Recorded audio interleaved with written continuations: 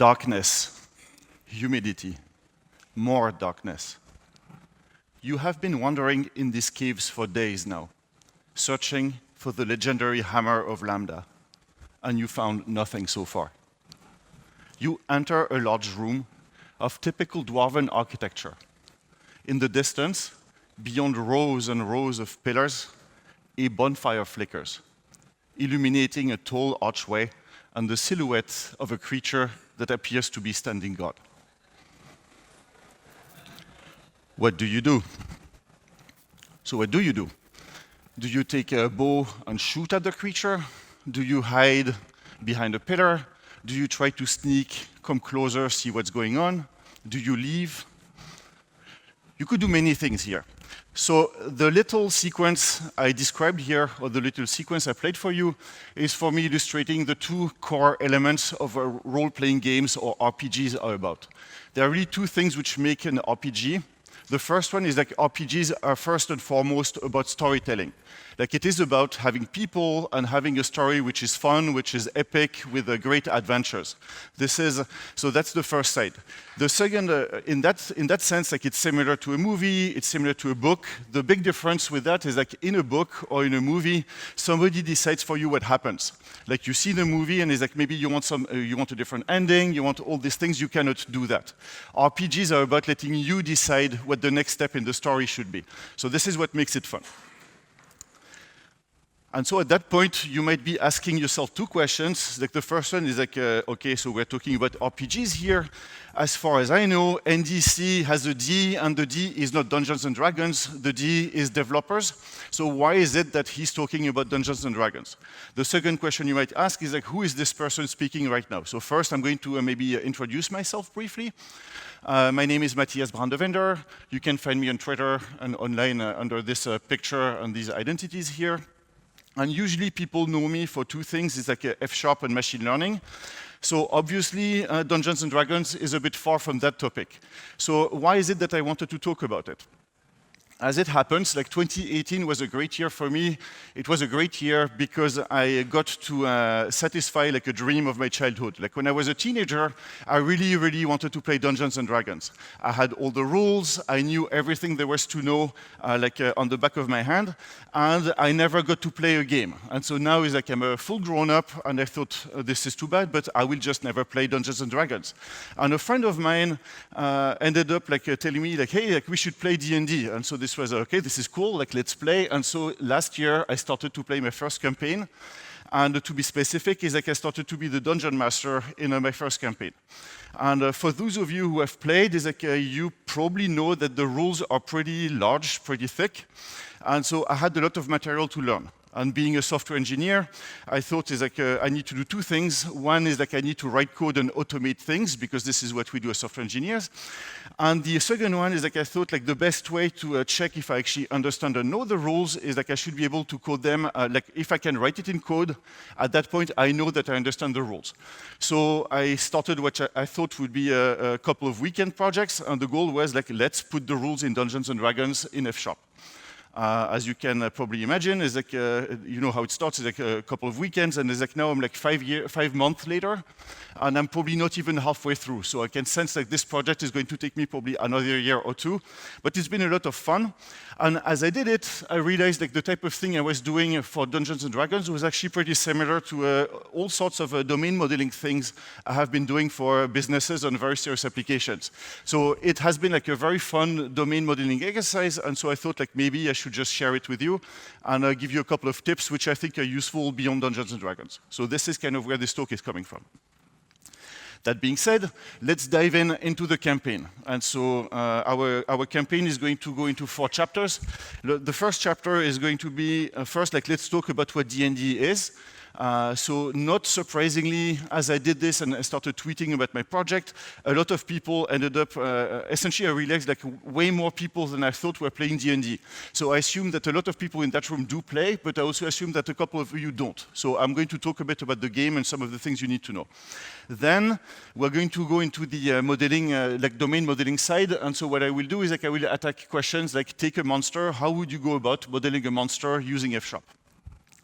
Then we're going to talk about something else. So one important element or iconic element of Dungeons & Dragons is the 20-sided dice. And in general, dice are pretty important. It's also like an interesting thing to model, so I'm going to spend a bit of time on using expressions to model dice rolls. And finally, after domain modeling, I'm going to actually put this together and show you how the same ideas which you use for domain modeling actually apply for things which are less common in the functional world, but which would be a UI and building an application. So I'm going to show you essentially my D&D simulator using Fable Elmesh, and so that's what we're going to cover. So first, let's start talking about rules and the D&D rules and what D&D is about. So a game, like D&D, is about giving you agency. That is, like a game is giving you the ability to take decisions in a given environment. What does this take to make a game interesting? Is like it takes, for me, two things. Like the first one is like it is about making decisions. If you have a game where you have nothing to decide, it's not particularly fun. The second one is like the consequences of your decision must not be completely random. Like if whatever you do, the result is the same, it's not going to be a very fun game. Like bingo is not very fun. Like you just do things and like you control nothing. So a game is about making decisions. The decisions should have consequences. Like good decisions should have good results. Bad decisions should have bad consequences. And you should be able to understand a bit what are the consequences of your decisions so that you can decide if it's a good idea or a bad idea. To do that, you need rules. So this is where Dungeons & Dragons has rules. Dungeons & Dragons is the first historical role-playing game, so it's one of the many role-playing games you could play. It's maybe the grandfather of all role-playing games. It was actually first published in 1974. I was kind of shocked when I saw that. Like this is like almost 50 years now. Like it's been around for a while. There have been like many iterations, so what I'm going to be talking about is the 5e edition, so the 5th edition of Dungeons & Dragons. It's really more complicated. Like I counted like 11 different versions of the rules over time, so it's got a long history with many iterations. First role-playing game, and I mentioned the fact that the universe is based on something loosely Tolkien-like, like Lord of the Rings, The Hobbit. So of course, like D&D people tend to be kind of fanatical about being precise about the lore. So somebody told me that it's actually wrong, and apparently the universe was inspired by Conan the Barbarian. So if you really want the details, apparently this is incorrect, but it's roughly right. So you're playing in a Tolkien-like universe. The rules. The core book for D&D is what's called the Player Handbook, or PHB. So the Player Handbook is like 316 pages. Like that's kind of a thick thing. If you don't want to buy the full book, you can start playing for free using the basic rules. It's still 180 pages. So that's already like a thick set of rules for a game. This is typically not sufficient. Typically, what you need to really run completely a game is like these are the three core books. So the PHB is like 316 pages. The Dungeon Master Guide is like over 300, and the Monster Manual also over 300. So essentially, you are talking here about like 1,000 pages of documentation to play the game. So this is where like, you might now see, I was a bit naive perhaps when I thought I could do this over 2 or 3 weekends. It's like I have like 1,000 pages of rules, so maybe putting this in code was not going to be entirely trivial. Like this is not quite a surprise. So these are the rules. When you play a game, there are two big roles, and I would say like two big phases. So the two roles in the game are you have the players. So the players are the adventurers. You're there to have an adventure, to make decisions, to see what happens. So what the players do is like they just talk and describe, I want to do this. I'm going to shoot my bow. I'm going to do whatever I do. And to decide if things, what happens when you take a decision, somebody needs to make the call. So the second role you have is what's called the DM, or Dungeon Master, or Game Master.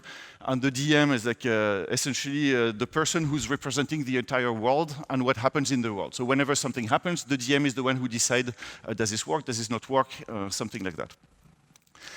Also, in the game, you have two slightly different phases. So this is not like a technical term, but I sort of think about it that way. Like one side is a role play. So the role play part is the part where like you have discussions, you explore your character, you think about your decisions. This is where the rules matter, but like in general, it's a very flexible phase. Like the rules are maybe an indication of things succeed, don't succeed, but it's not the main focus on what's happening here. The main focus here is discussion. The second phase, the second phase which exists is combat. So because it's kind of Tolkien-inspired, not surprisingly, like there is a lot of battles happening in D&D, and so whenever you enter in combat, it's like things become much more rigid.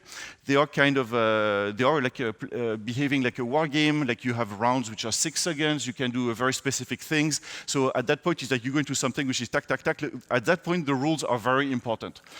So if my goal was to model the rules or to model D&D in software, for me, the part which is the most interesting in D&D is the first part, like role-playing. That's the part which is really, really fun, the part which is different from things like World of Warcraft. So unfortunately, it's also the part which is extremely difficult to automate. Like writing code which is going to create a story for you, make interesting characters and all this thing, that's not what computers are good at. So that was not my focus. My focus was to automate the things which would be automatable, and so I focused mostly on combat, which is the least fun part, but like the easiest one to model. So my goal here is like to see if I can use F# and use functional programming techniques to model combat in D&D. That being out of the way, now let's talk about domain modeling using F# and functional programming to do some domain modeling in Dungeons and Dragons. So as I mentioned, like so first this is what I'm after is combat, and what you want is that you want rules which you want the information which is going to allow you to, as a player, to make decisions which are reasonable. So if I told you like you are facing suddenly a creature, and the creature is like a goblin on the left, so a goblin is like a tiny creature, it's like maybe 4 feet high. Like if you look at this, like it's not very scary. Now is like the creature on the right is like an ogre, so an ogre is like 7 to 8 feet tall. If I told you like you see this one or this one, you would probably do things very differently, because like one of them is like huge and looks pretty dangerous, the other one looks agile and not particularly dangerous. So we kind of need a model for this so that we can represent like how would you represent a goblin or an ogre in a way which makes sense. The way you would do this is canonically, if you go to the monster manual or to documentation, you will have descriptions of all the creatures which use what's called like stats or a stat block. And so the goblin has like a bunch of descriptions, has characteristics, what it can do, and all these things. So in particular, the goblin and the ogre and any creature has what's called abilities. So going to the PHB, like the player handbook, page 173, 6 abilities provide a quick description of every creature's physical and mental characteristic: strength, dexterity, constitution, intelligence, wisdom, and charisma. So what this is saying is like in the world, we have like a thing which is called abilities, and that thing can be one of 6 possible things. It's either this or this or this or this. How would I model this using F# and functional programming? I would model this using what's called a discriminated union. So a discriminated union is saying like an ability can be one of 6 things. Nothing else, nothing more. It has to be one of these things. It can be either strength or dexterity or constitution or intelligence, wisdom, charisma. Straightforward. So good. So now we have this out of the way. And keep going in the rules. And I look at PHB, page 173. Each of a creature's ability has a score. That is a number that defines the magnitude of that ability. So the way I would translate this is like it's saying like if I take a creature like a goblin or a creature like an ogre, no matter what creature you're talking about, each of these creatures will have one value for every one of the 6 characteristics. So it's like the creature has this and this and this and this. How would I model this? I would model this using what's called a record. If you're coming from maybe other languages, you can think of a record as an immutable class or something like this. And so what I'm saying here is like a creature is going to have scores, and the scores are like 6 things together. It's a strength, intelligence, and dexterity, and constitution, and intelligence, and wisdom, and charisma. So now it's like I can store all these things together. How do you work with these 2 types, like the records and the discriminated unions? Like one mechanism which is pretty typical for discriminated unions is what's called pattern matching. So what I said was like an ability can be one of 6 things. So it has like 6 different shapes. So what I can do is I can say if I want to know the score for a creature which has 6 scores for a particular ability, like for instance, if I want to know the dexterity for a goblin, I'm going to pass you the ability. Ability can be only one of 6 things. It could be strength. If this is his strength, I'm going to give you the strength from the score. If this is dex, I'm going to do this. If this is constitution, I'm going to do this, and so on and so forth. So this is what's called pattern matching. I'm saying ability has like 6 shapes, and I'm going to match on it, and for each of the possible cases, I'm going to perform an operation and give you something. Pattern matching, and now is like I can do things like this. I can say, give me a goblin. So a goblin has like strength, dexterity, constitution, and I can call my function and say, give me the score for the goblin for dexterity. Actually, there is an error. It was in the other order, but it doesn't matter. And I can also use an operator called the pipe forward operator, which apparently Unix people are familiar with as a pipe. So I can say score dex of goblin, or I can say take the goblin and give me the score of the dex for the goblin. So that's the pipe operator. Last thing, going back to the rules, how do you use an ability? You will use it with modifiers. So again, from the player handbook, each ability also has a modifier. To determine the modifier, subtract 10 from the ability and divide the total by 2, rounded down. Straightforward, the way I would do this is by using a function. So I don't think there is much for me to say here. Is like a function would be my modifier function is going to take a score, minus 10 divided by 2, and we're done. And so that's good. And so at that point, so the one thing I wanted to highlight here is like the two things I really showed I wanted to highlight is we used 2 types. We used one type which was called records and one type which was called discriminated union. In the broader world of statically typed functional programming, this is known as algebraic data types. This sounds much more fancy, much cooler. And if you go to Wikipedia under algebraic data types, you will see the following definition. An ADT is a kind of composition type formed by combining other types together. The 2 types which exist, which we encountered here, is that you have what is called a sum type. So that's the discriminated union. The sum type is recognized essentially like the trademark of a sum type is like whenever you have an OR statement. Like what I said is like you have an ability. The ability can be dexterity or intelligence or strength or wisdom. If you hear OR statement, it's probably a discriminated union. The second type we have, and it's a sum because each of the cases covers all the possible cases you could encounter. The second algebraic data type, which is like fundamental, is what's called the product type. And so the trademark of a product type is the AND statement. So this is records and this is tuples. They're both like product types. It's an AND, so you recognize it when you hear things like a creature has a wisdom and intelligence and dexterity. So whenever you have an AND, it's probably a strong hint that what you want is a record.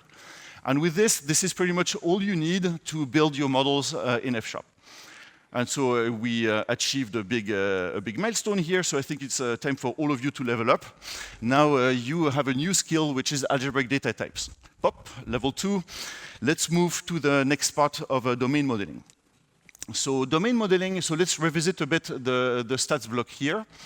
And let's start to look a bit into combat and making attacks and how we model that. As a developer, like one idea which resonated with me over time and which is important to me is the idea of a ubiquitous language. Ubiquitous language essentially says like the way the domain expert talks about the domain should look like the way your code talks about the domain. Like if the 2 things look the same, it's much easier. If they look different, you're going to run into many problems. So in general, my goal is like to have code which talks about the world the same way the people talk about the world. In that, one way to achieve ubiquitous language is that if you want your code to reflect the way experts talk about it, is that you can actually look at the documentation they use or the artifacts, and that will usually help you pick up like things which should be in your domain. So look at things like sections in documents, titles, lists, names, what is the same, what is different. And so this is one thing we could do here. So I'm going to focus on the attacks for the goblin, which would be here. And we can start looking at it. So the way the attacks for my goblin are described is like I have something called actions. And I see something which is a scimitar attack with some characteristics and a short bow attack with some characteristics. Just by looking at it, even without thinking about code, you're going to see quickly that the language in the document is pretty messy, which is probably a flag that when you're going to try to model this, it's going to be a bit of a minefield. Like as a high level, is like the thing was called actions. And what I see in actions is I see a scimitar and I see a short bow. If I ask you what is a scimitar, it's not an action, it's a thing.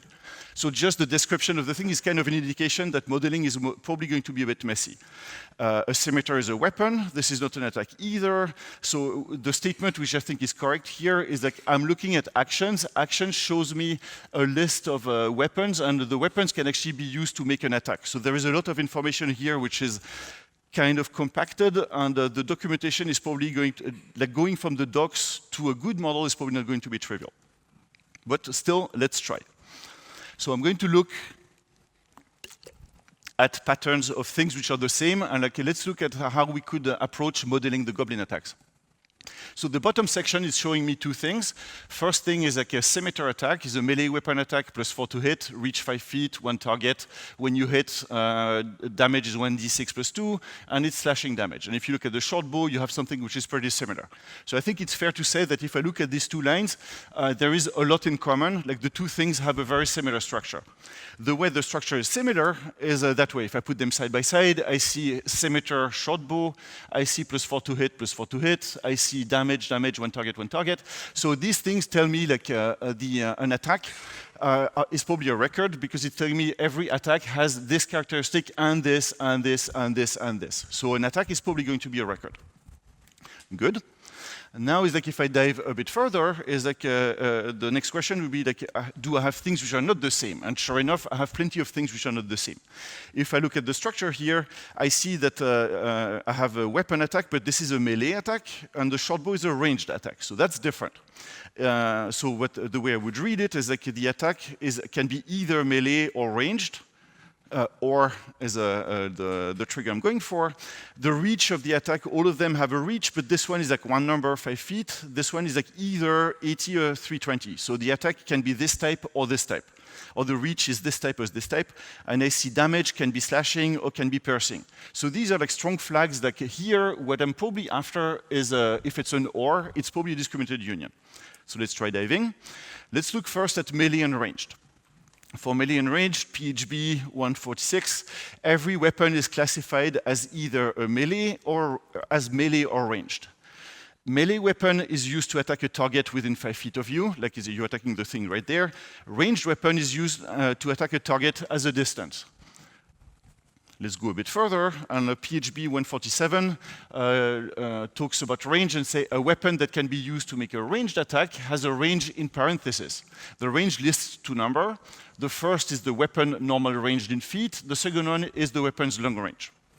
So what this is really saying here is that I could start to sketch my attack data structure a bit better. It's still a record, but now what I will have is like a field or like a property maybe called reach. And reach is really, it can be two things. So it can either have a ranged melee range, where I have like one number, or it can have a ranged attack, which is like 80 or 320 feet. This is like an or statement. This is probably, we probably have like a discriminated union inside our record. And this is nice because this also allows me to bring in like another feature of discriminated union, which is the fact that it describes different shapes or different cases, and each of the cases can actually capture different shapes of the data. So the way I would model this would be to say like I have something called a reach, and a reach can be one of two things. It can either be melee, and if I have a melee reach, I will have only one number, and that one number is going to be 5 feet, like the range of the melee attack.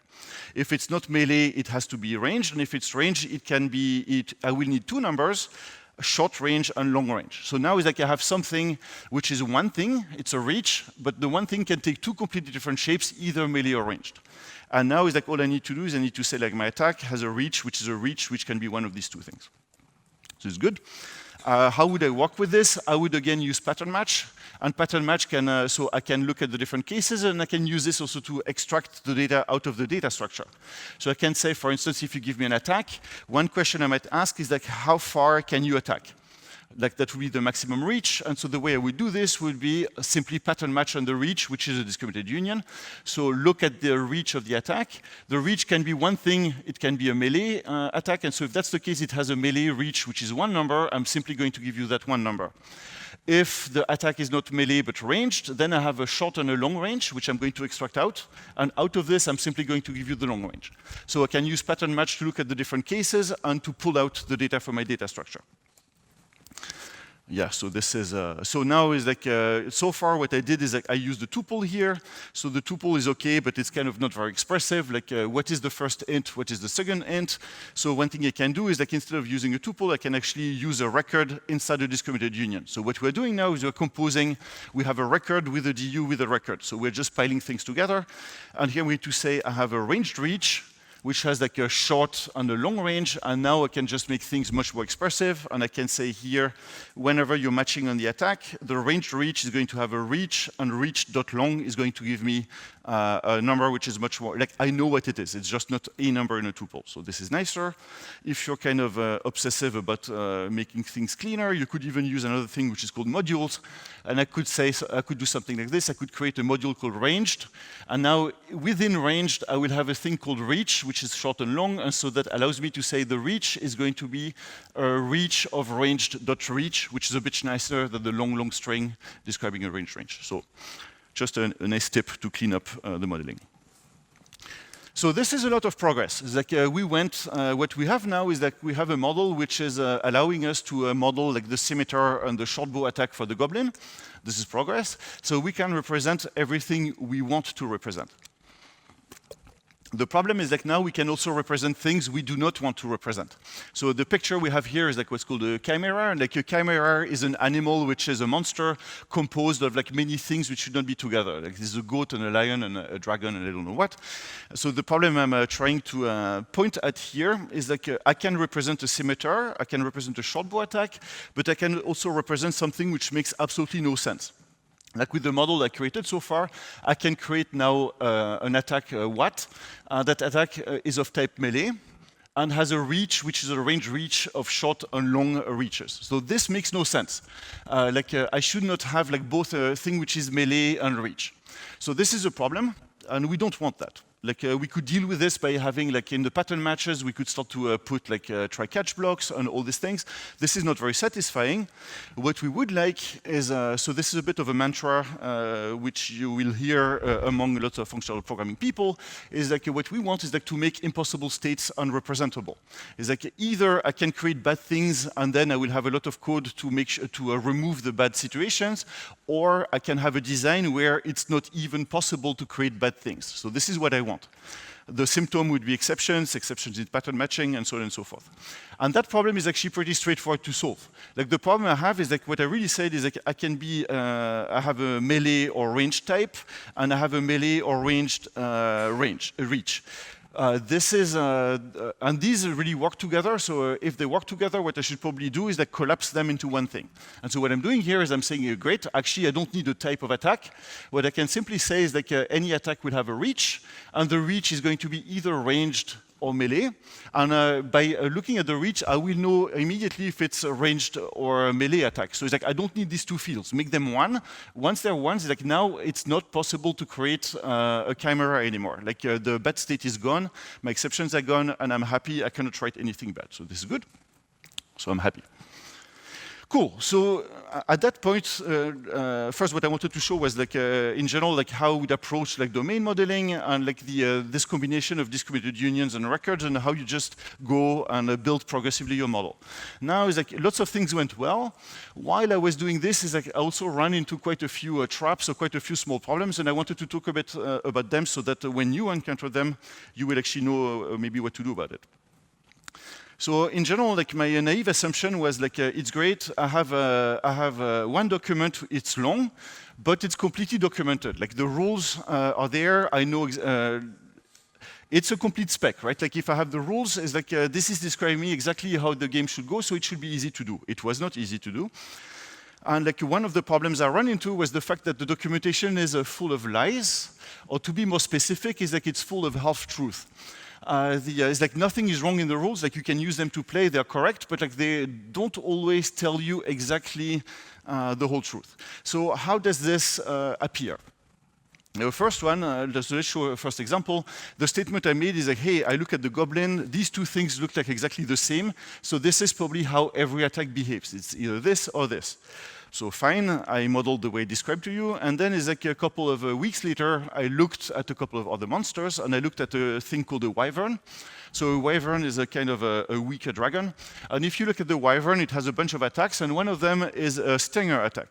And so if you look at this, like this is clearly much more complicated than what I showed for the scimitar and for the short bow. Like it doesn't fit the pattern. How does it not fit the pattern? So the first thing is that this is telling me the stinger attack from the wyvern can be used to make a melee attack, and the rules told me like a melee attack is attacking 5 feet. Guess what? Is like here what I have is like it's a melee attack, but it's really 10 feet. So that's actually a straight up lie in the rules. So the first thing is like whenever you read the documentation, whenever you hear a customer, whenever you read the spec, is like when somebody tells you it's true, usually what they mean is like it's usually true. So don't trust them or like, don't take it as this is true. The second thing is my assumption. So this was me. I looked at the short bow and I looked at the scimitar, and it looked like all of them had like one type of damage. I had slashing, I had bludgeoning, something like this. So I thought, fine, an attack has 1 damage. Turns out the wyvern, when the wyvern attacks, it does 2 damages. It will do piercing damages, and it does also poison damage. So now it's like I had like 1 damage. Really, the question should be 1 or at least 1. And so that's not very difficult to fix. Like the way you would fix this is like really to say like instead of having 1 damage, my attack is going to have probably damages actually, which is going to be a list of damage. So not complicated to do, but like so this is how you would go out of this particular trap. Not too bad. The one which is a bit trickier is the goblin attacks were pretty straightforward. You had like 2d6, whatever damage. Here, like you see something much more complicated. When a wyvern attacks, the target must make a DC 15 Constitution saving throw. Means essentially you do a check. If the check works, you're going to take only half the damage, and if the check doesn't work, you're going to be fully poisoned. This is like something this is not going to work in a list. Like this is just completely a different structure from what we had before. So the way I would read this is most attacks do have like standard hit, standard piercing damage, whatever. Some of them might have like way more stuff. So I have like maybe I will have extended damage or extended characteristics. So the way I would model this is by using what's called an option type. Like you can think of it as a nullable or something like this. And so I'm going to say like when you have a damage, the damage is going to be maybe 1d6, it's going to be maybe piercing, and optionally some things might have like special stuff. Like most of them won't, it will be none. Sometimes you will have like some extra bonuses. So this is how you would get out of that particular problem. The third problem I encountered, which was kind of fun, was this. So you look at weapons, and you look at the characteristics of weapons, and like weapons can have like 2 characteristics. So player handbook, page 147, you have like heavy weapons. Heavy weapon is like, yeah, it's heavy, like it's a big thing. And you have like weapons can be light, and so a light weapon is small and easy to handle. So great. So if I look at this as a naive, optimistic person, I will think this is completely easy, it can be heavy, it can be light. I was told that when it's or, it should be a discriminated union. So what I would do is I would do something like this. Let's create a type called weight, which can either be light or heavy, and my weapon will be light or heavy. Fine. Except that this doesn't work. So if you play Dungeons & Dragons, you probably know that a weapon can be light, can be heavy, or can be none of these things. It's not light, it's not heavy, it has no name, but like it could be neither light nor heavy.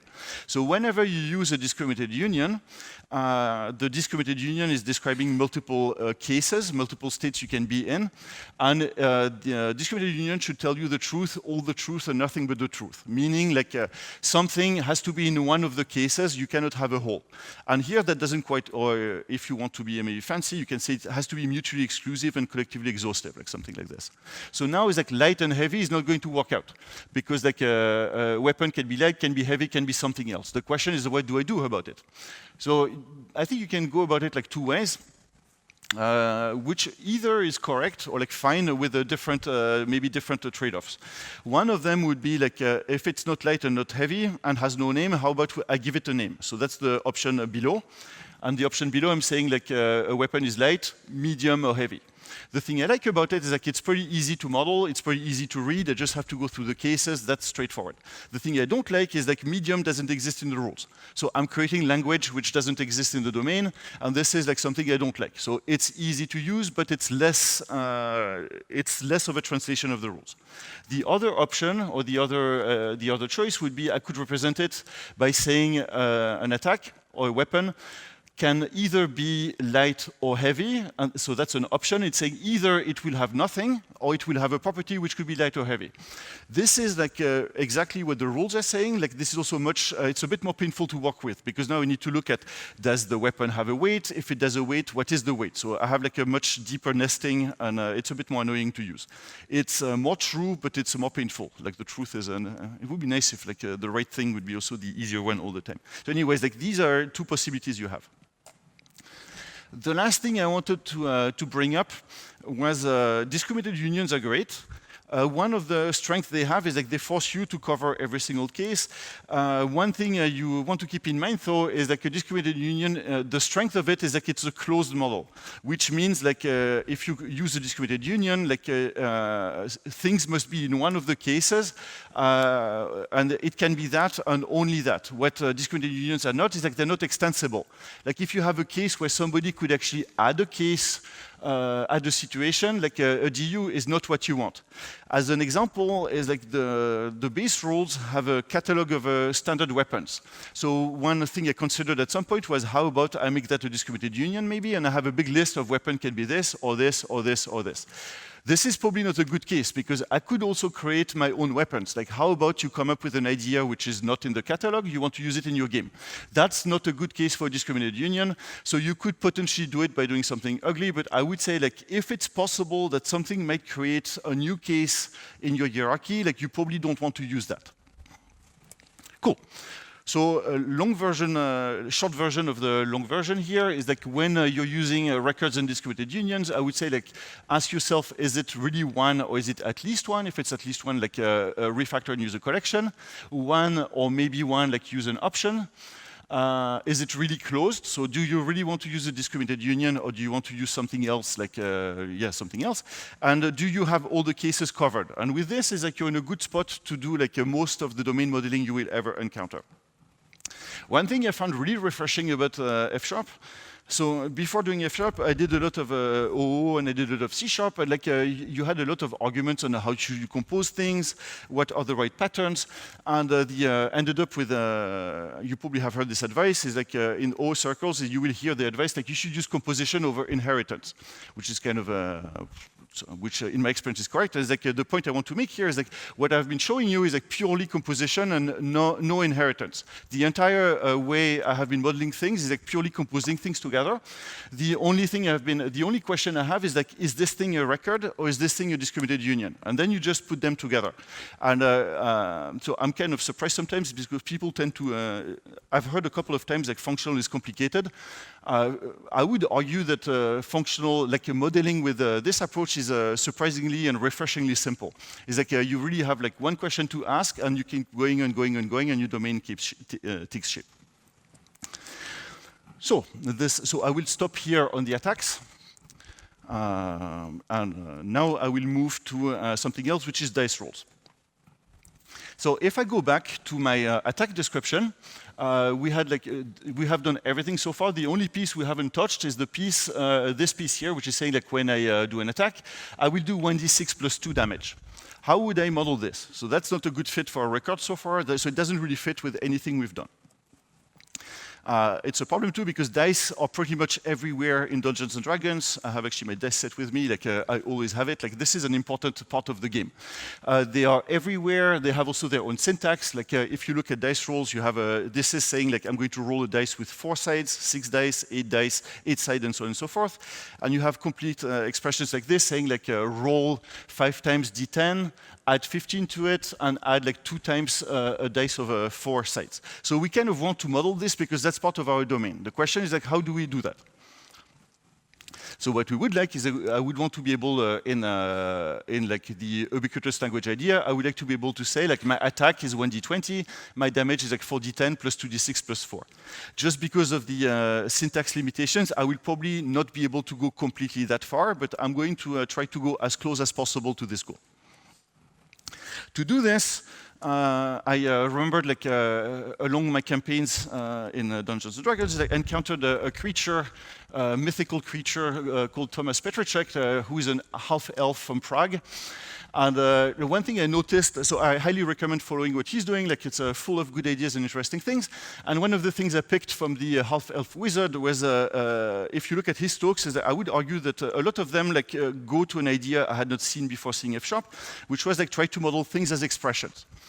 So how would I apply this in my particular case on the dice? I'm describing like damage as like 4d10 plus 2d6 plus 4. This is something which, this is an expression which is containing a bunch of things.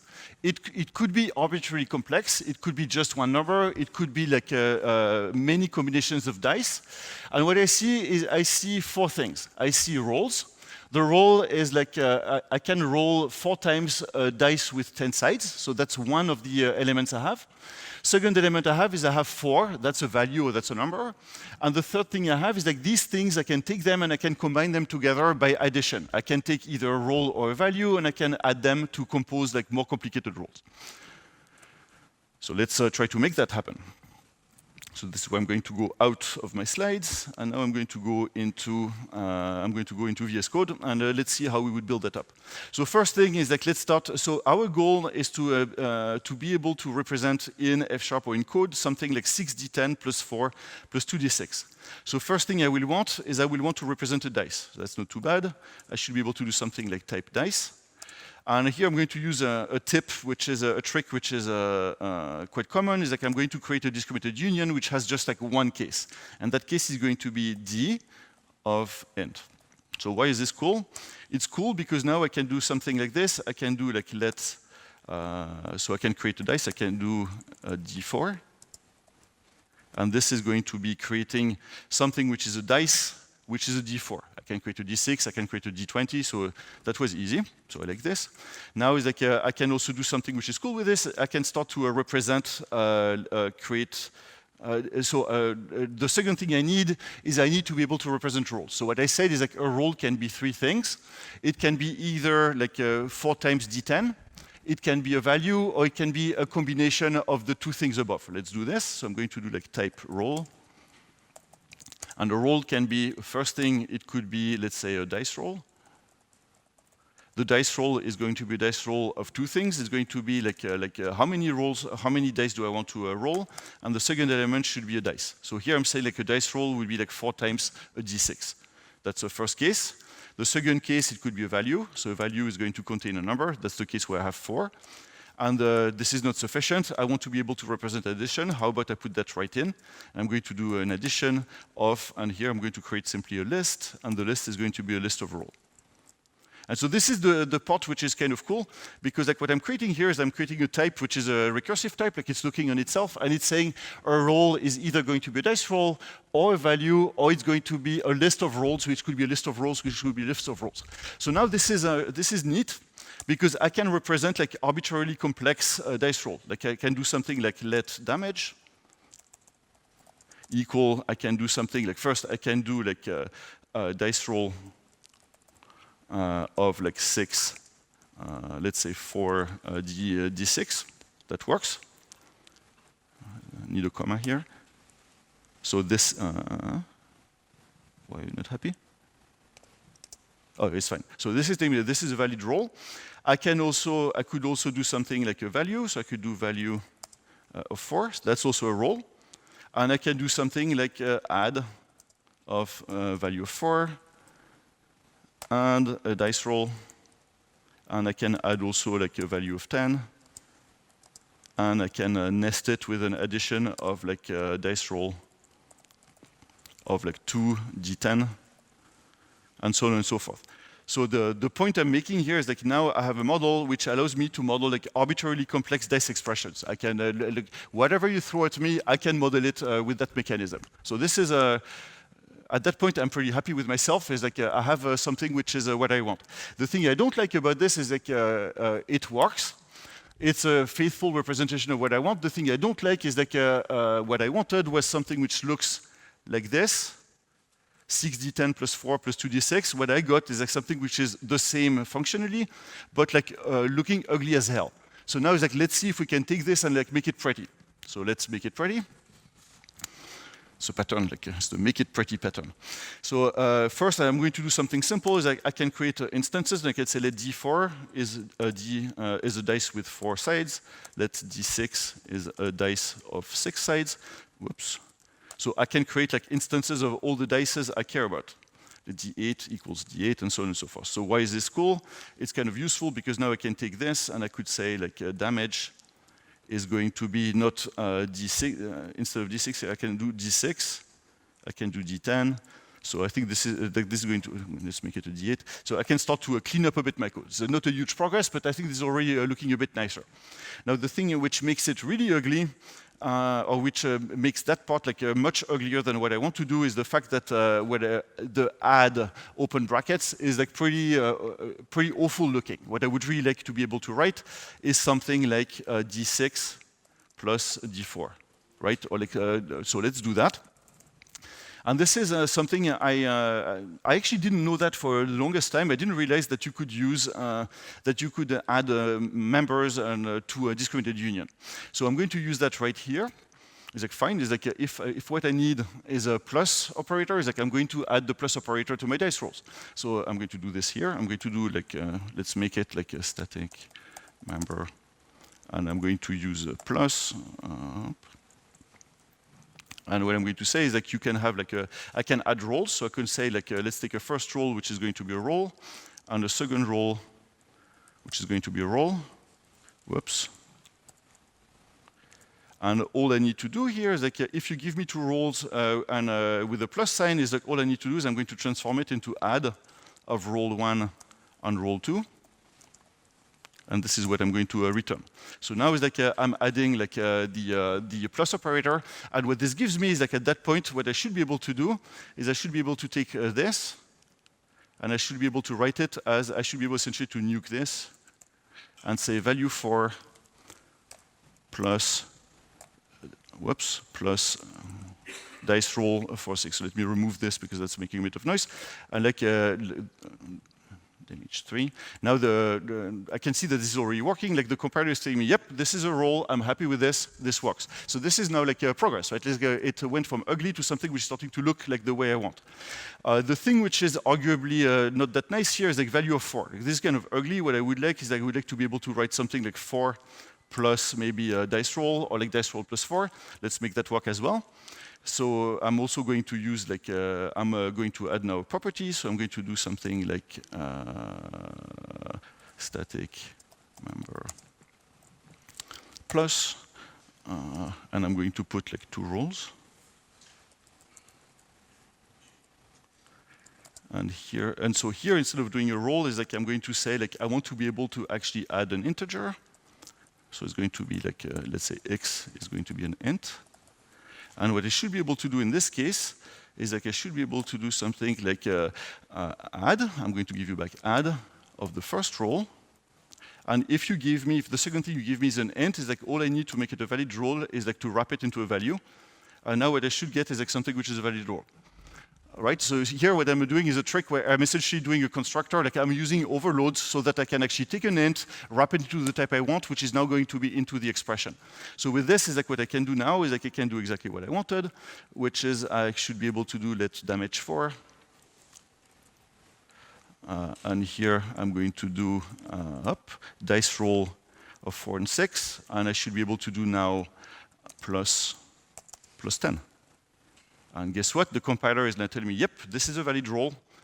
We are in business. So the one I can't do yet is like damage 5, which would be like the opposite version, which is like how about like 10 plus dice roll. And so this one is not happy yet because I don't have that signature yet. So it's like all it takes is like fine, like let's create another constructor here. And let's put like plus of a int, whoops, Well, okay, so I think you get the idea. Like I would just need to add another overload, and I'm fine. The last thing I might want to do is like I would probably want to dice roll is also looking like pretty ugly. So for the sake of time, is like I'm going to show you like the way I would address it. But like just given the way the language works, is like there is no way in hell that I will be able to write something like 4d6. Like it's not possible because I cannot start an identifier with a number. So this is not possible. One thing I might be able to do is I might be able to say 4d6 is really saying like I want 4 times a d6. That's something I should be able to do.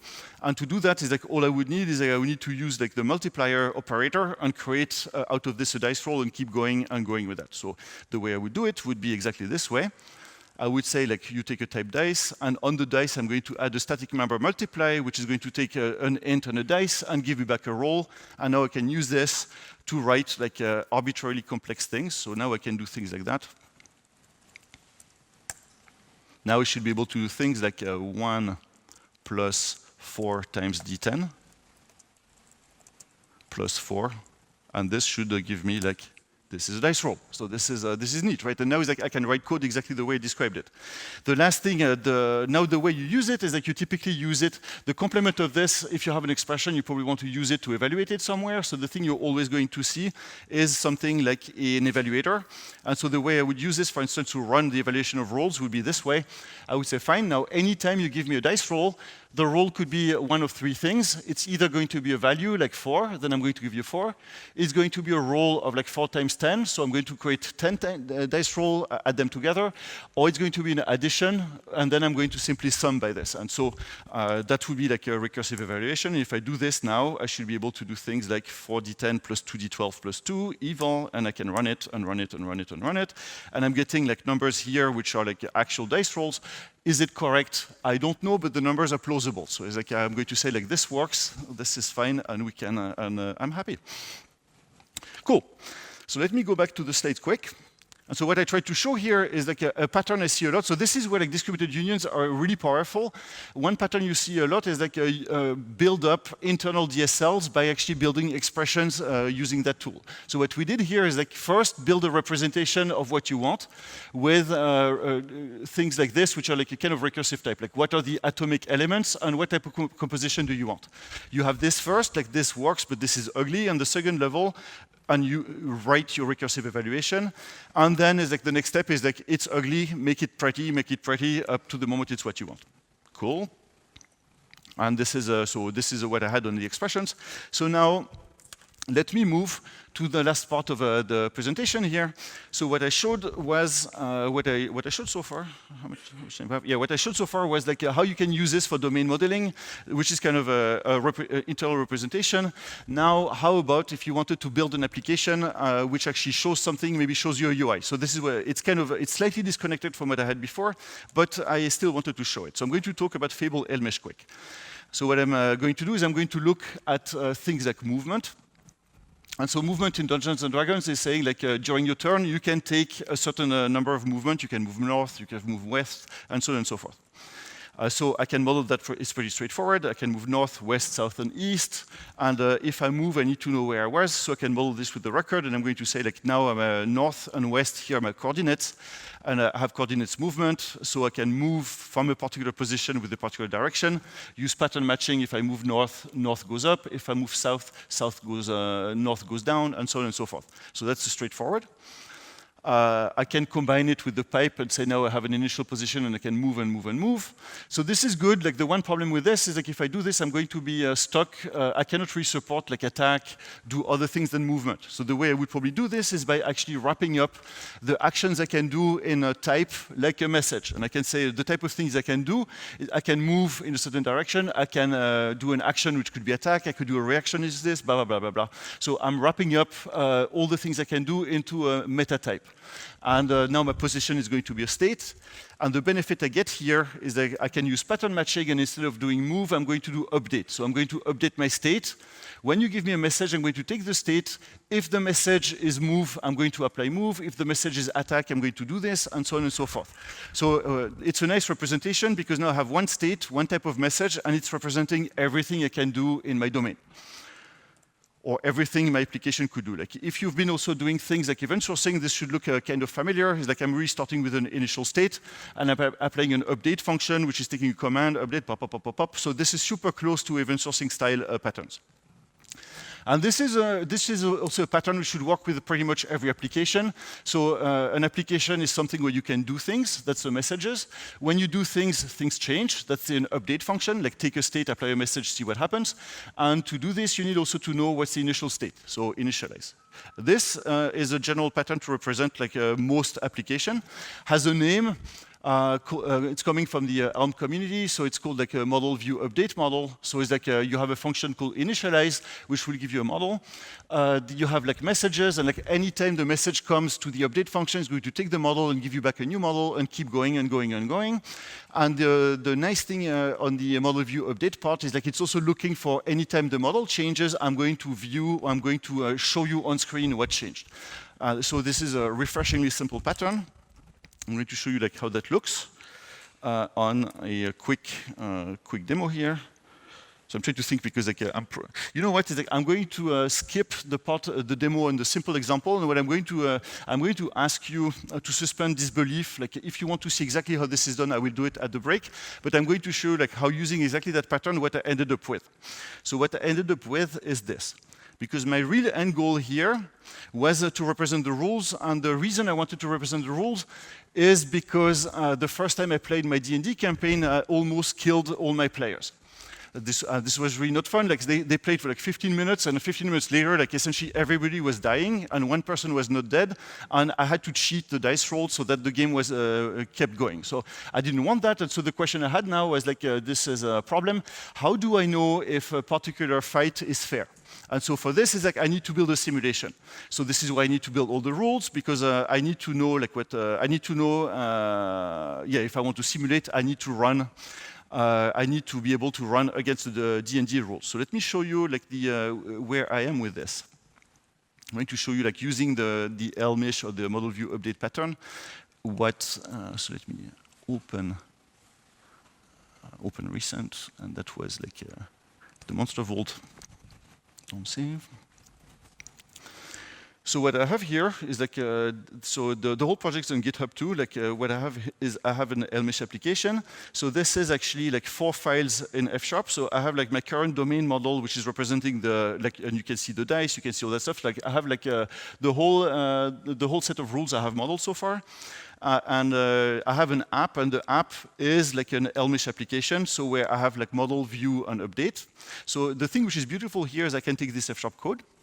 I can now go to the terminal, and I'm going to take this, and I'm going to say cd app, sorry, cd fable, cd source, whoops, and I'm going to do npm start. And when I do this, it's like so using Fable, which is the F# to JavaScript compiler, and it's going to take my F# code, compile it to JavaScript, and now it's like I should be able to actually run my application straight up in the browser. And so you're going to see in a sec how my simulation looks. So the first pass is a bit slow, but so now it's compiled, and so if it's compiled, it means like I should be able to go not to my mailbox, but to localhost 8080. So I should probably have started also with a disclaimer, is like I'm not a web developer, so this is probably the ugliest web UI you will ever see. But the thing I'm kind of excited about, so what do you see here? What you see here is like you see a battle. On the battle I have like 3 goblins, which are displayed here, like goblin, goblin, goblin, and 3 wolves. The wolves are the blue ones, the goblins are the orange ones. And I can see, the thing which is cool is like what I did is like I take the rules, based on the current situation, I'm going to give you exactly every single action the thing can do based on the rules at that point. So now I can do something like this goblin can maybe move north. So let's move north. And it's going to move, and I can attack one of 3 things which are my wolves. So I'm going to shoot with my bow, and that didn't work out. I'm going to finish the turn, I'm going to shoot, So that one worked. Now I can see that the wolf has lost like a bunch of points. So I built something where like it's giving you exactly what you can do. As a human, you can pick it, and you will see exactly how the thing is resolved by the rules. I can see like somebody tried to attack, the attack worked, the attack failed, and so on and so forth. So this is the worst possible way to play Dungeons and Dragons. Like I'm not expecting to put this on the Apple Store and make a fortune. What I wanted was to make a simulation. So the thing which is more interesting is I can switch to automated mode. And now what it's going to do is like it's going to actually have the wolves like behave. So the wolves are now like mopping the floor with the goblins. One wolf died. Who's going to win actually? The goblins won. So now I can do it again. And again, and again, and again. So it's like my interest here is like not to play it by hand. My interest is actually to build a simulation so I can see if I take like 3 wolves and 3 goblins and I play it 1 million times, who wins? And that's going to give me a good idea for whether the fight is fair or not fair. So that's what I have. This is what I built. Like this is after 4 months what I got. So let me go back to my slides for a sec and conclude here. Yeah, conclusion. So first is like, I showed you like the pieces which work, like not everything works. Like I probably implemented like 50 pages of the 1,000 pages of rules so far. What's missing is like all effects, like buffs, debuffs, like all the things which are like you have a better armor. Like I haven't implemented magic, that should be easy.